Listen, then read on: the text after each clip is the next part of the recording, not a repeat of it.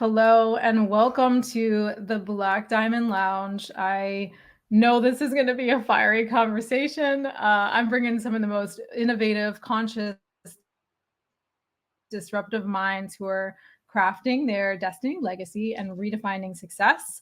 And today, my guest is Vesa. Welcome. I'd love for you to just start introducing yourself to us, to your work, and then let's get this conversation started because we've already begun it. I can't wait to share this with everyone. Excellent, Lauren. It's super nice to be with you again. I so enjoyed our last conversation, and it's cool to have that to be continued now, become Yeah. another live. Hi, everybody. My name is Vesa. I'm what you would call a neo-Renaissance artist, which is my own definition. It's kind of like just bringing all the best from the past, from ancient mythology to archetypes, Jungian archetypes, to and marrying that together with some insights and some of the modern cutting edge technology what we have, and kind of bring in alignment with something that we might have forgotten. That is great, and then of course celebrate some of the expressive side with all the best things that we now have available, and try and put it together in a useful way that it would be a genuine contribution on some level to some people who will be observing it or somehow getting that experience. So that's kind of the general mission statement, and I'm quite a keen observer of all things culture. And yeah, that's it. Maybe oh, I do a bunch of consulting and writing and public speaking as well. So I suppose of a development that started from the art side and then figured out that you have to use all tools available. Amazing. I love it. So excited to have you here. Let's jump in. We got some fiery stuff going on. My intention, right, was to spark some really powerful, deep, possibly vulnerable and just real conversations about what it is to be an outlier, be a bit of a disruptor, be a visionary who's creating really, really big things, and also being on a, whether we call that a spiritual path or just in terms of our own like personal transformation. And you said something about what that actually takes, right, to be building something incredibly big. There are challenges, right, that come up around Mm. this experience. So yeah, I'd love to hear your take on your personal challenges, what you're seeing. And you made a statement about having to like really look at those hidden parts, like all facets of oneself, to really like create the thing, if we're being very honest about this experience. So yeah, I'd love to hear more about your take on that. Well, I suppose it's like if there's a few parts to it and they all intertwine and go in different timelines, but there have been some things that I found to be very consistent, and hard work is always the thing. And the hard work is not necessarily only finding your area of competence and all the skills to do it. It's also hard work on your personal space to figure out what your blind spots are, and where that might be one of the toughest things, is to look at your own inadequacies and fix mistakes that you've done, and kind of set aside pride when it's really needed, but also to hold on to it sometimes when that side is needed. So it's the most simplest way of saying it is be brave. That's I should have that tattooed on my body somewhere.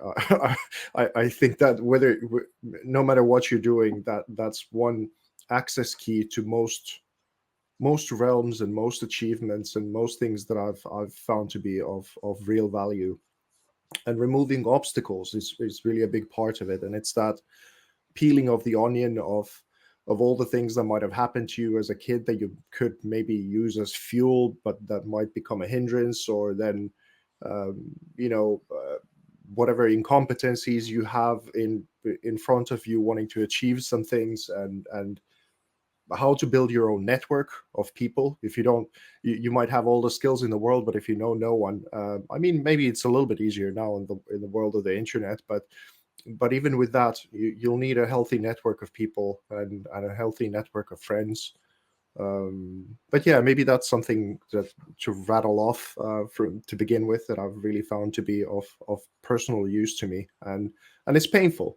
It's pain tolerance, I suppose, with the bravery as well. That's, you know, if you, oh, how did something bad happen to me as a kid, and I have to revisit that, and then if you do, you will carry that confidence to all the other things that you will do from there on out.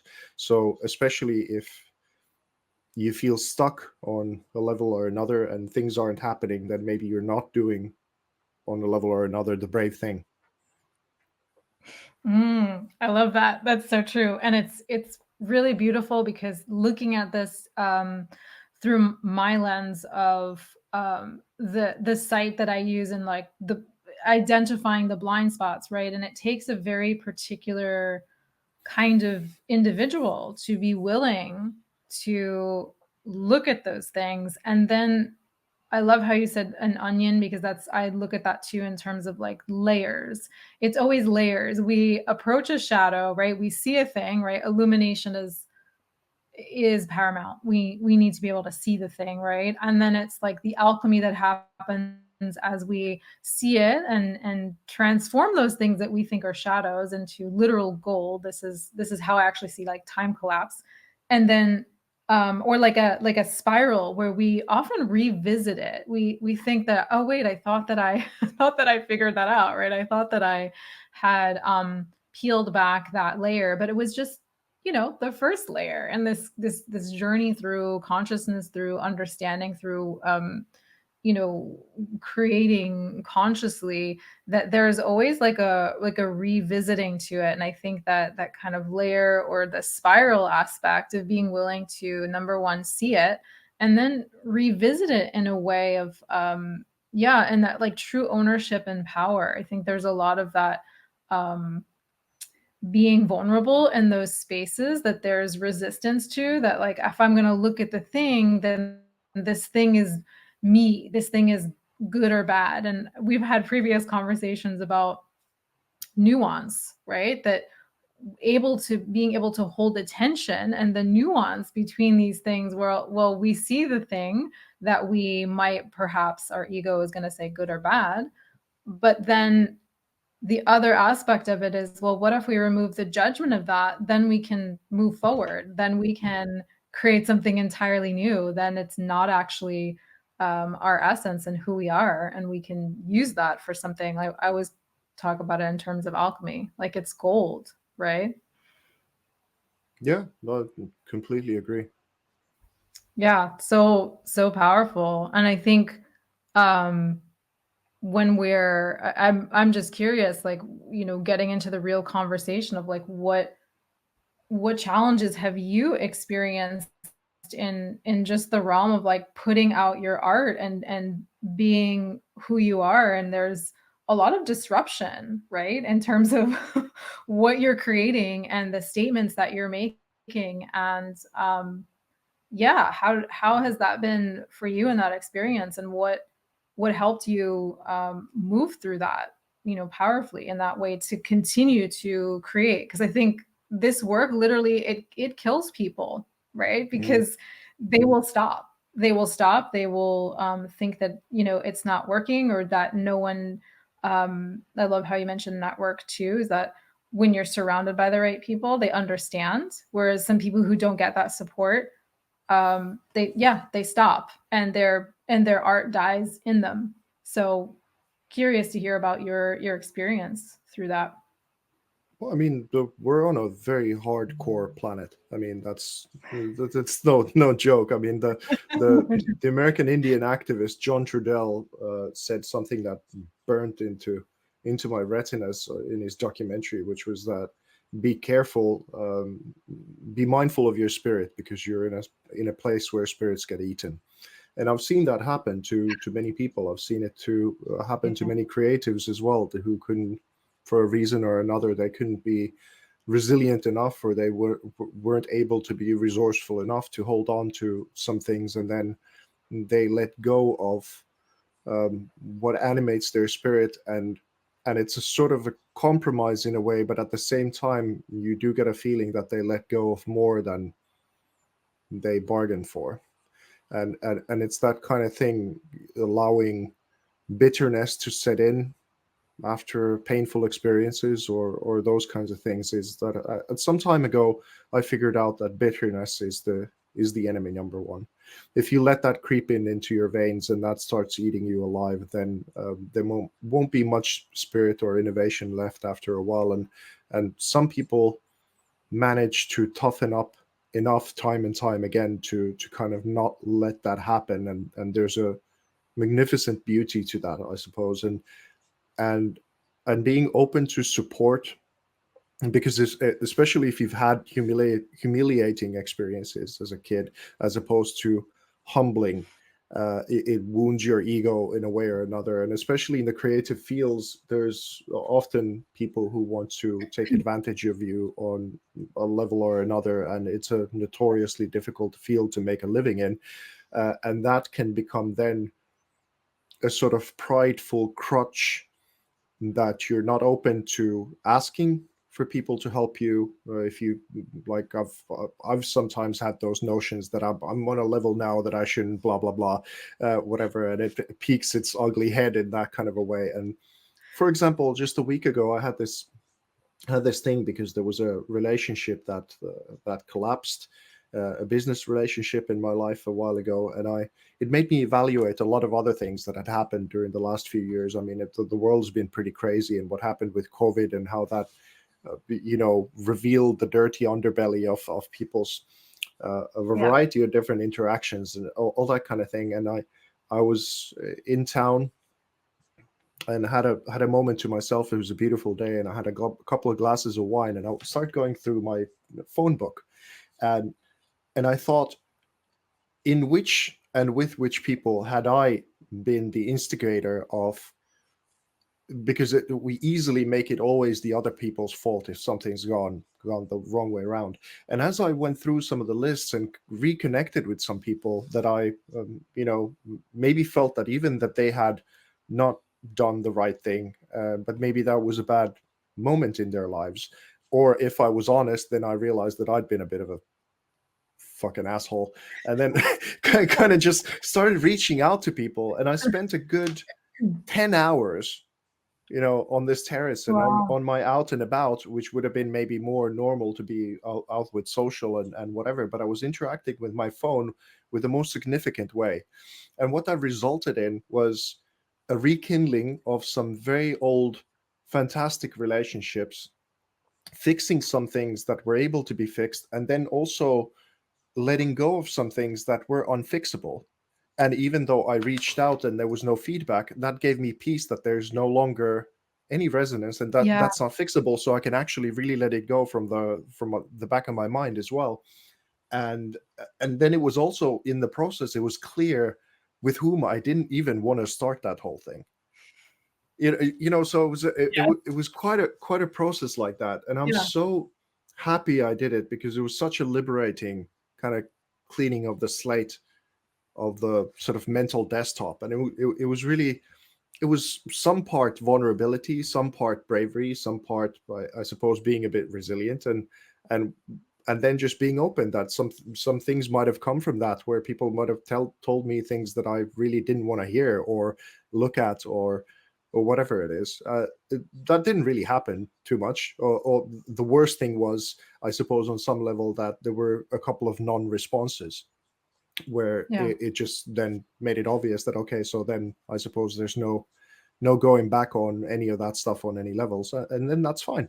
You just have to accept it. But if that was the worst of all of that, the benefits were quite outweighing all the negatives, so to speak.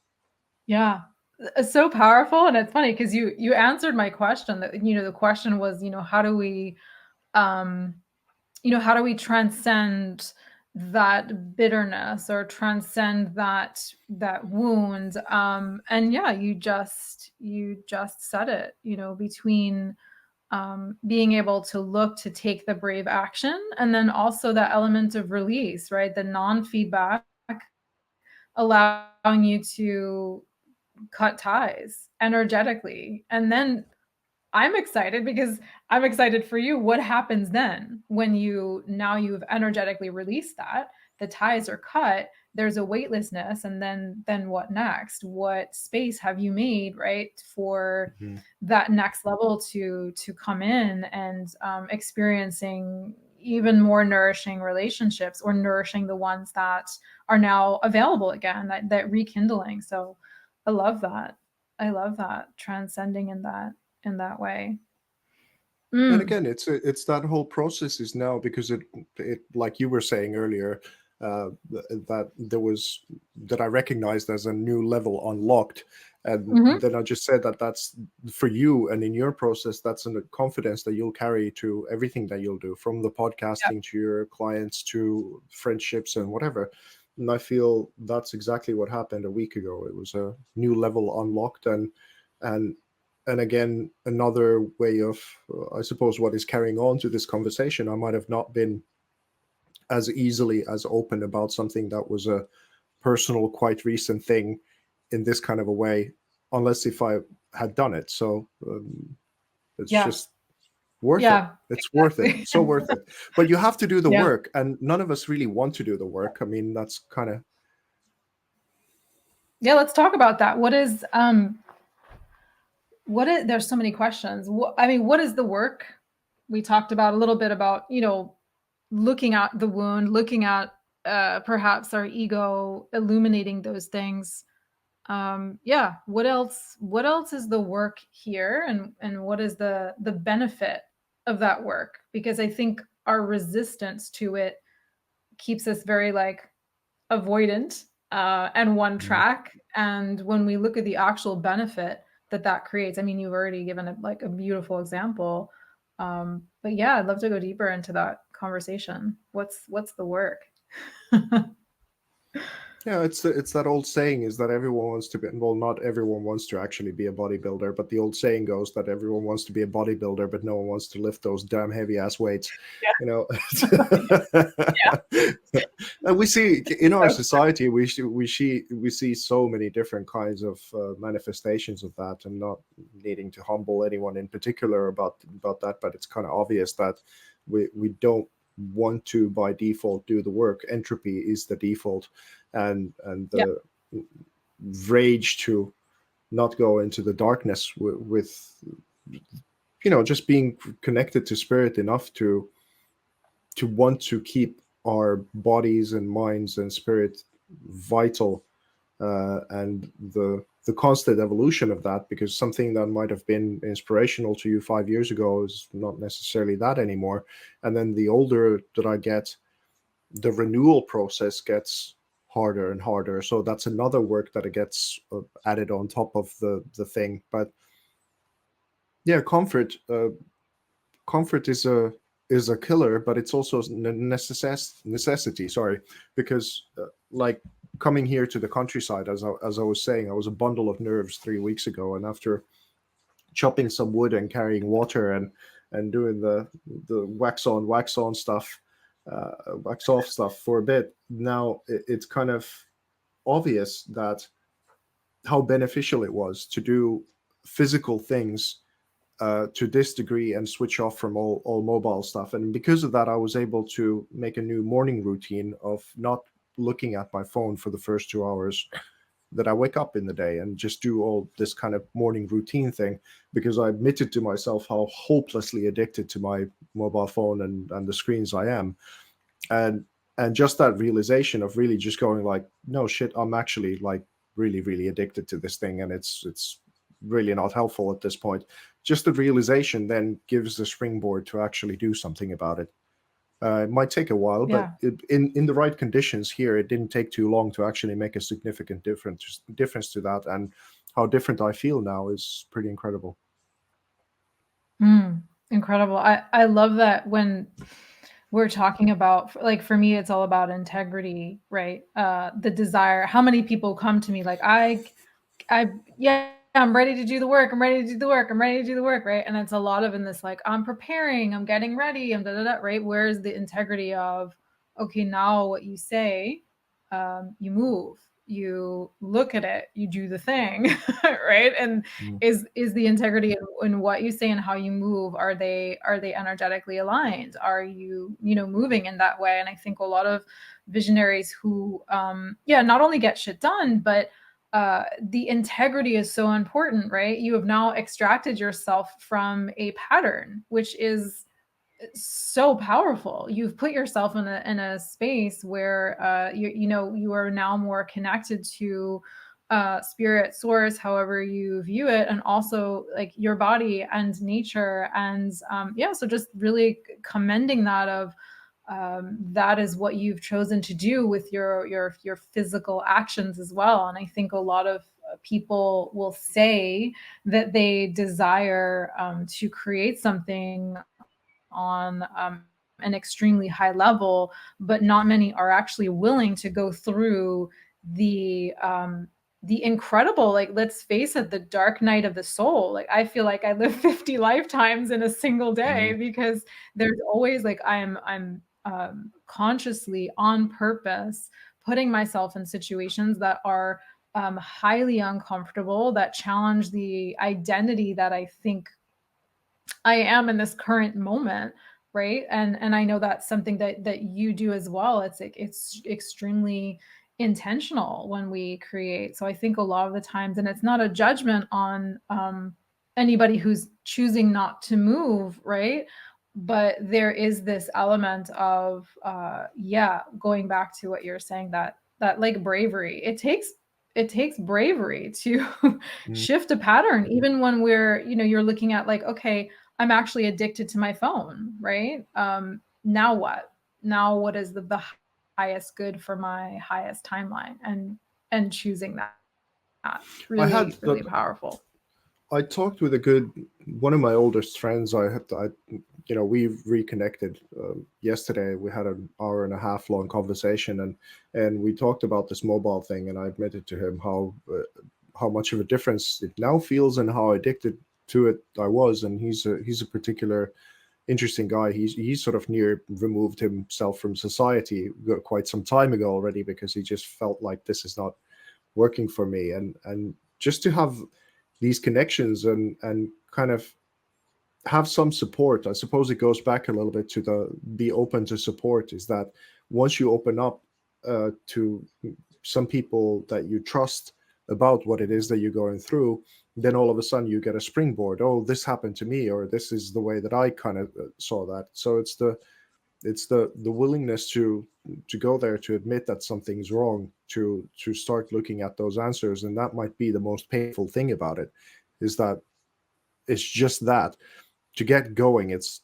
the first step might be the most painful one, and then it's just starts trucking along after that. But yeah, definitely being brave about that. And then also, because many times I've been too open to people who I really shouldn't have been too open, because they've with their some sort of a gesture or a word or even an expression, kind of you'll see glee and happiness in their eyes after they realize that you're going through something awful, and they'll take pleasure from it, or there's a comment that comes on top. But even that's kind of beneficial, because that's when you know where you stand with people also. So it's paying attention to that, and then not to be that open with, not necessarily with those Yeah, people again. So it's that navigation side yeah, again. yeah, yeah. And it's I think humbling, we because all, sometimes you feel like you got wronged in the process and left a little raw. yeah, So yeah. I think it's so important to have that conversation around. This is something that I'm consistently in now of, seeing that. I think that a lot of people will be happy that you're kind of down in the mud with them, right? So there's the people who are happy when you are diminished in some way, or diluted, or have to dilute in some way, or you're vulnerable. And then there are the people who are going to expand you, the people who are going to encourage you to think bigger, who are going to be able to hold that Mm. space for you. And, whether it's depending on who that is, guide you through it or hold the space for you, and then celebrate when you are creating those, having those really big wins that I think a lot of people will diminish their success or their joy, or when they've created something, and they'll water it down because they're not in the right company. The company that they're holding uh will much rather see them watered down and kind of in the muck, instead of celebratory and actually in that expansive space. And I think that when you were talking, going back to that whole idea of the network in which you are operating, I love to think about it as an ecosystem.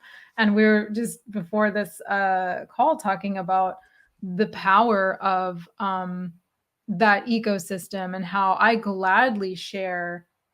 There's no scarcity around that. I know when I connect to people, I've watched this, I've watched like them make fuck tons of money, or I know I'm dropping the F bombs on LinkedIn, but watching them make a ton of money, or like just become friends and have this beautiful connection, or collaborators. And that for me is joy. I think of it as like this mycelial network, and that's absolutely coming back to me. But to watch that, connecting people who are elevating each other and expanding each other, instead of definitely been in situations where I've gotten vulnerable, and people have enjoyed that. And also people went and just, actually took my work and, then shared it like word for word, those kinds of things. And like, oh, that's very interesting. And then watching, what is my reaction to that? How am I processing that? What will I choose differently in the future? Right. So there's a really great conversation around who we surround ourselves with, and the conversations that we're having. And I think a lot of people, have been burnt in that, being vulnerable, and then having that unfortunate, contrast. But I think that's important as well, to decide how to move in the future, right? Who to connect with, and Oh, what's for your highest good as well. oh, I totally agree. I mean, I hear this thing being said quite often, and people say, "Oh, ideas are nothing." Everyone has an idea, but it's in the execution or whatever it is. And I've had quite a few times my very good ideas stolen and executed before I was, because I trusted the wrong person, and I've had literal companies Yeah. that have been put together by something that I've shared in confidence, or in different kinds of things. And it's the quality of those ideas really does actually matter, because if you really process on a high level, and you do the work on many levels, and you compress something into what is aligned in a powerful kind of way, and can be taken and lifted from you in an easy way, then ideas do matter a great deal. So the balance in between the trustfulness and openness, and then protecting something that you know of is of value, and then being around people who might not deserve it, is a constant balancing act, I suppose. And it's that Mm. intuition thing that I've failed a couple of times to follow, or then been in a frantic kind of like wanting the reward already for the idea or the thing by sharing it before I've done the work to actually put it Yeah. forward, and then get my wrists slapped, has been also quite educational. So it's really not always just the other people, even though they might be a-holes and steal your idea, but you kind of put yourself in that position maybe for the wrong reasons as to how that was possible. So that's another painful spot to look at, and I've done it a few Mm. times. Yeah. Interesting. Interesting. For me, like, I also like to believe now that in shifting that for myself, of when I've literally opened up Instagram and have seen my very words, or somebody kind of trying to catch the essence of um even like some of the artwork that I use, and it was very interesting to be like, oh, and also know that I'm already light years ahead. Like I feel like us as creatives, and we're moving at hyperspeed anyway. It's like, oh, that's already that's already like energy from yesterday. I'm already like light years ahead of that. There's another idea. There's another, and I do feel like when it is sourced um when it's sourced purely, it will be the most potent for that individual. So it's also looking at them and with a bit of compassion as well, saying, well, you couldn't trust yourself enough to, craft your own and take ownership of your own ideas, right? So there's always like that flip side that I'm always Mm. exploring in terms of, but yeah, we're already light years ahead of whatever idea somebody takes, but and there's that experience of seeing that and going back to trusting our intuition around that experience, because there's like a moment where you're like, oh, am I sharing too much? But I also like to think we put ourselves in places that are going to be for our highest good, so yeah. Yeah, it's that I love the what, because Joe Rogan's in his recent podcast, he started to talk about ideas as these sort of entities that the Mm, initial idea of something is kind of a gift that just pops up, and maybe it's an ethereal kind of thing, but maybe those ideas are more concrete, floating around in some sense that we give them yeah, credit for sometimes. And that's been an I've heard. interesting thing to ponder. I mean, you have to have the and it goes back to removing the obstacles of Mhm. peeling whatever might prevent you from feeling connected to the world, because if you feel isolated or lonely or disconnected, then you're unlikely to be very inspired or full of ideas or this kind of a thing. So if you remove those obstacles, how freely do those ideas, and that's time has come, can you, so is it like it goes to the paradigm of if your brain is a generator or a receptor, and I think it's both, of course, but Mm, we don't give enough credit, I would say, often, to how much it is a receptor of things. And it's not only that we in between ideas of other people, but just the ethereal realm that is around us, and it gets into that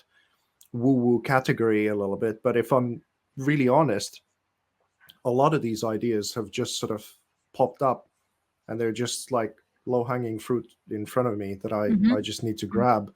And then it's whether it compels you enough to actually do something about it, or whether it's something that you can then share genuinely to someone else who might take that and run with it. And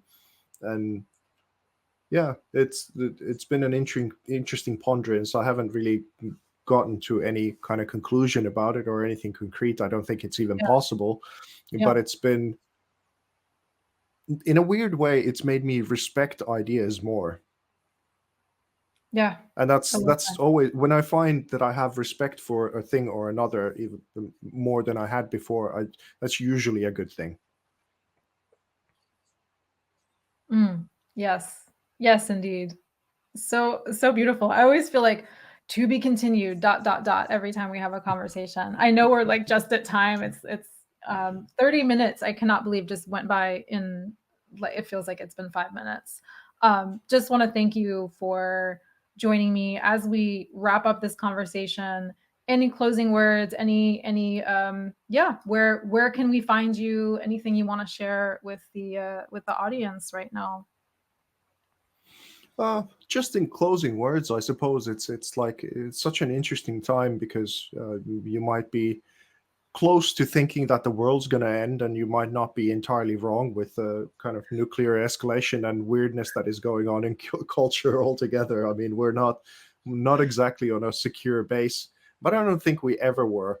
And the positive side of that is that we have more tools at our disposal and more power to communicate and do collaborative work to elevate and kind of find the people, find the tribe of who you're with to do significant things. Is that to push through the layers of fear, to find the people who you're meant to be with, to do the inspiring things that you want to do. There's never been a better time for that than right now, and that's something to behold and be grateful for. And maybe that's something worth sharing. In general, my websites are Artevo, so that's ARTEVO.org, and artforcrypto.com. and they're separate for a reason, because they're very different expressions and different timelines, I suppose. And Art by Vesa, VESA, is how you find me on X and Instagram. I'm happy to kind of share ideas there and connect to people. Anyone who might resonate with your show is likely a good person to be in touch with on a level or another. And just as final, thank you for having me. It's always such a pleasure to hang out with you and share ideas, and I hope it happens many times again and again. Yeah, same. Beautiful closing. Thank you so much, Vesa. This has just been extraordinary. I'm going to leave those links below. And yeah, this will be up on LinkedIn forever and ever for people to take a look. And yeah, hopefully really enjoy this conversation as much as I did. So thank you again. We'll see you next time.